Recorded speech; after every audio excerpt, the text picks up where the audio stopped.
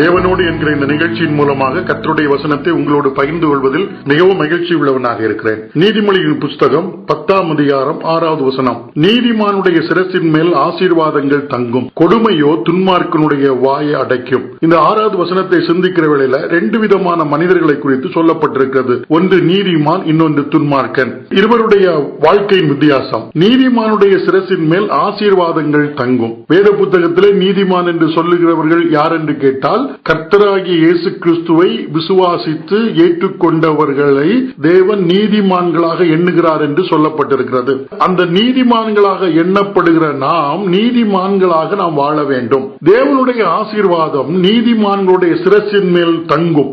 இன்னைக்கு நம்ம பல ஆசீர்வாதங்களை குறித்து கேள்விப்படுறோம். சில பேர் சொல்லுவாங்க, நாங்க 10 வருஷத்துக்கு முன்னாடி நல்லா இருந்தோம், இப்ப நாங்க கெட்டு போயிட்டோம். 10 வருஷத்துக்கு முன்னாடி ஆசீர்வதிக்கப்பட்டவர்களா இருந்தோம், இப்பதான் நாங்க கெட்டு போயிட்டோம். சிலவளை சொல்லுவாங்க, பொருளாதார கொள்கையினால இல்லாவிட்டால் புதிய அரசாங்கத்தினுடைய சட்டங்கள்னால எங்களுக்கு இப்படிப்பட்ட கஷ்டங்கள் எல்லாம் வந்து விட்டேன்னு சொல்லுவாங்க.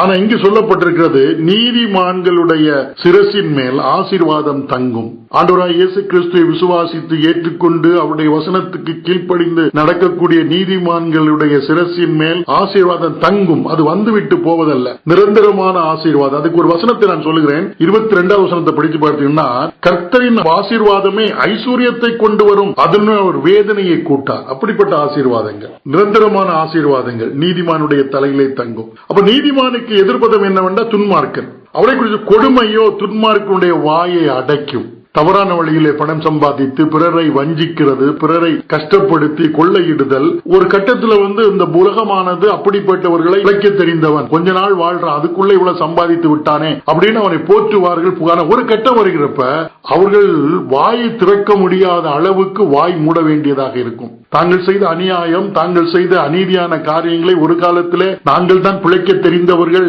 நாங்கள் தான் புத்திசாலிகள், நாங்கள் தான் சம்பாதிக்க தெரிந்தவர்கள் என்று சொன்னவர்கள் ஒரு கட்டம் வருகிறப்ப தங்களுடைய வாயை அடைக்க வேண்டியதாக, ஒரு வார்த்தை கூட பேச முடியாது. ஆகவே இங்கு சொல்லப்பட்டிருக்கிறது, கொடுமையோ துன்மார்க்கனுடைய வாயை அடைக்கும்.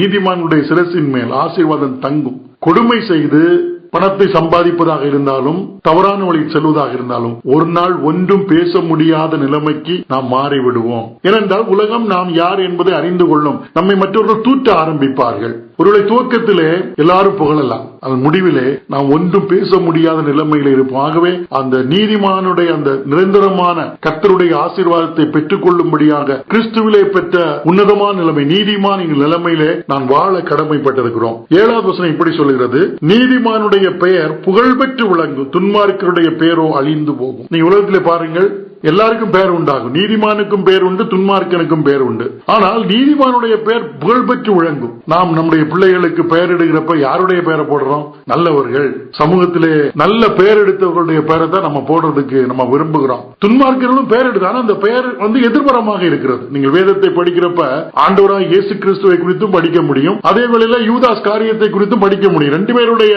பெயரும் இருக்கிறது. ஆனால் யாருடைய பெயரை அதிகமாக விரும்புவார்கள்? கர்த்தராகிய இயேசு கிறிஸ்துவினுடைய பெயரை தான் அதிகமாக விரும்புவார்கள். துன்மார்க்கருடைய பெயரை அது அழிந்து போய்விடும். அப்படின்னா அதை யாரும் பயன்படுத்தவே மாட்டார்கள். உலகத்திலே நம்ம பார்க்கலாம், நல்லவர்கள் கெட்டவர்கள் என்று பார்க்கிறப்ப அந்த நல்லவர்கள் நீதிமான்களுடைய அந்த பெயர் புகழ்பெற்று விளங்கும் என்பதில் எந்த சந்தேகமும் இல்லை. எனக்கு ஒரு அனுபவம் இருக்கிறது.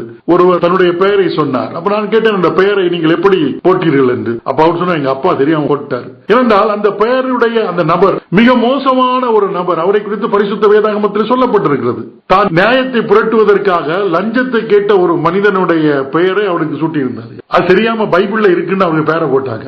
அது மோசமான பெயர், அதை யாரும் போட முடியாது. ஆனா அதை போட்டாங்க. யாருன்னு கேட்டா பைபிள்ல இருந்தாலும் அது நீதிமானுடைய பெயராக இருந்தால் புகழ் பெற்று இருக்கும். துன்மார்க்கருடைய பெயர் அழிந்து போடும், யாரும் விரும்பும். ஆகவே நம்முடைய வாழ்விலே நீதிமான்களாக வாழ்ந்து கர்த்தர் நமக்கு தந்திருக்கக்கூடிய வாழ்க்கையில நீதியை செய்து வாழ்கிற வேளையில நாம் மட்டுமல்ல, நம்முடைய பின் சந்ததியும் நம்மை பின்பற்றுவதற்கான அடிச்சுவடுகளை நாம் பின்பற்றி செல்கிற வேளையில நாம் புகழப்படக்கூடியவர்களாக. ஆனால் துன்மார்க்கருடைய பெயரோ அழிந்து போகும். துன்மார்க்கமாக வாழ்ந்து துன்மார்க்கத்தில் நடக்கிறப்ப காலங்கள் செல்ல செல்ல மறக்கப்படுவது மட்டுமல்ல, நம்ம யாருமே மதிக்க மாட்டார்கள். ஆகவே நீதிமான் என்கிற நிலைமையிலே பெயர் பெற்று வழங்கும்படியாக நாம் வாழ கடமைப்பட்டிருக்கிறோம். கர்த்தர் தாமே இந்த வசனங்களை நமக்கு ஆசீர்வதித்து தருவாராக. ஆமென்.